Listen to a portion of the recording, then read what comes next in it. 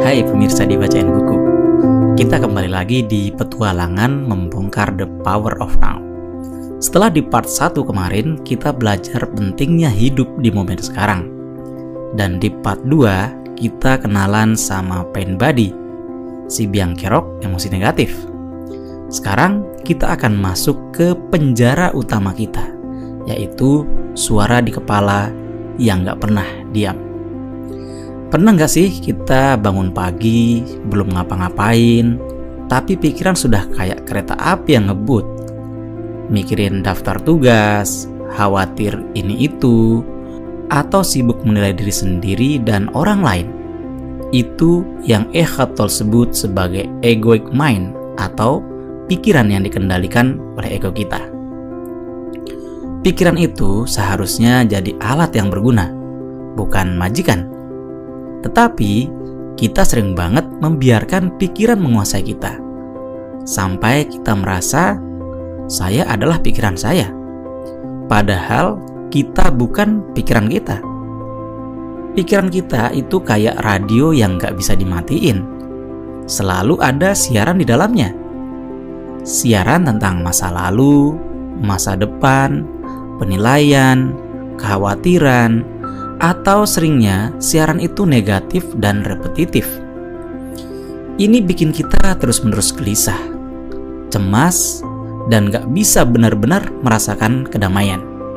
Nah, gimana caranya kita keluar dari penjara pikiran ini?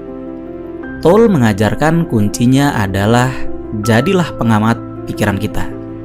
Sebenarnya ini mirip dengan cara kita menghadapi pain body kemarin. Ketika pikiran berisik itu muncul, jangan coba-coba melawan dan menekannya. Cukup sadari keberadaannya. Dengarkan suara di kepala itu seolah-olah kita sedang mendengarkan orang lain bicara. Contohnya, kita lagi duduk nih. Tiba-tiba pikiran bilang, kamu gak cukup pintar. Jangan percaya mentah-mentah. Cukup amati. Oh, ada pikiran nih yang sedang mengatakan saya tidak cukup pintar. Jangan berargumen dengannya. Jangan emosi, cukup amati.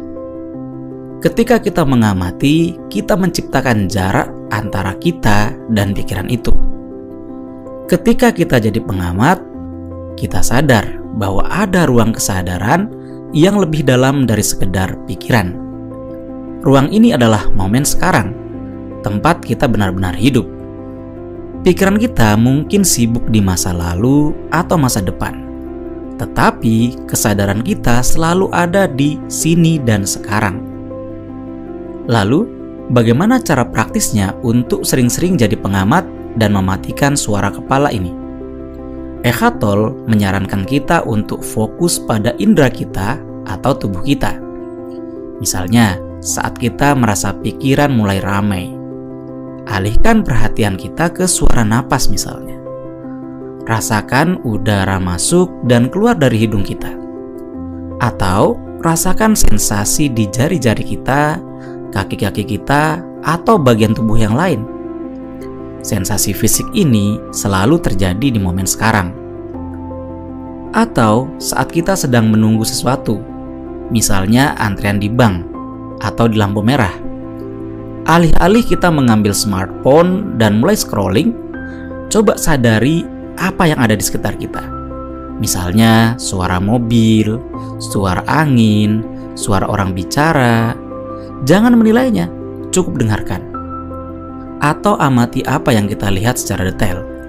Misalnya warna-warni daun, tekstur tembok, atau gerakan awan.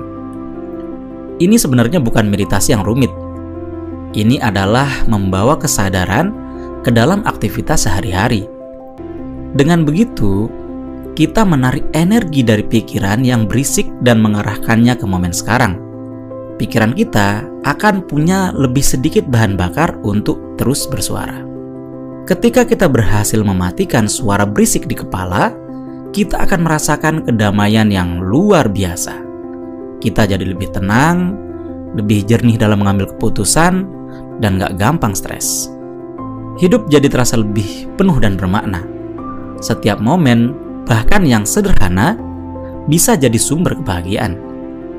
Kita nggak lagi jadi budak pikiran kita, tetapi kita adalah kesadaran di balik pikiran itu. Ini adalah kebebasan yang sejati.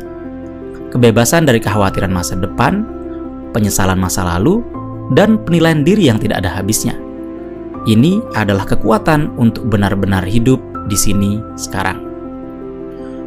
Oke, perjalanan kita di The Power of Now akan segera sampai pada puncaknya. Di bagian akhir nanti, kita akan membahas tentang inner purpose versus outer purpose, dan bagaimana menemukan arti hidup sejati dengan hidup di momen sekarang. Ini adalah bagian yang mengubah perspektif kita tentang tujuan hidup. Jangan sampai ketinggalan ya. Terima kasih sudah menonton video ini sampai habis. Jangan lupa like, share ke teman-temanmu, dan subscribe channel Dibacain Buku untuk bedah buku inspiratif lainnya. Sampai jumpa di video selanjutnya. Terima kasih.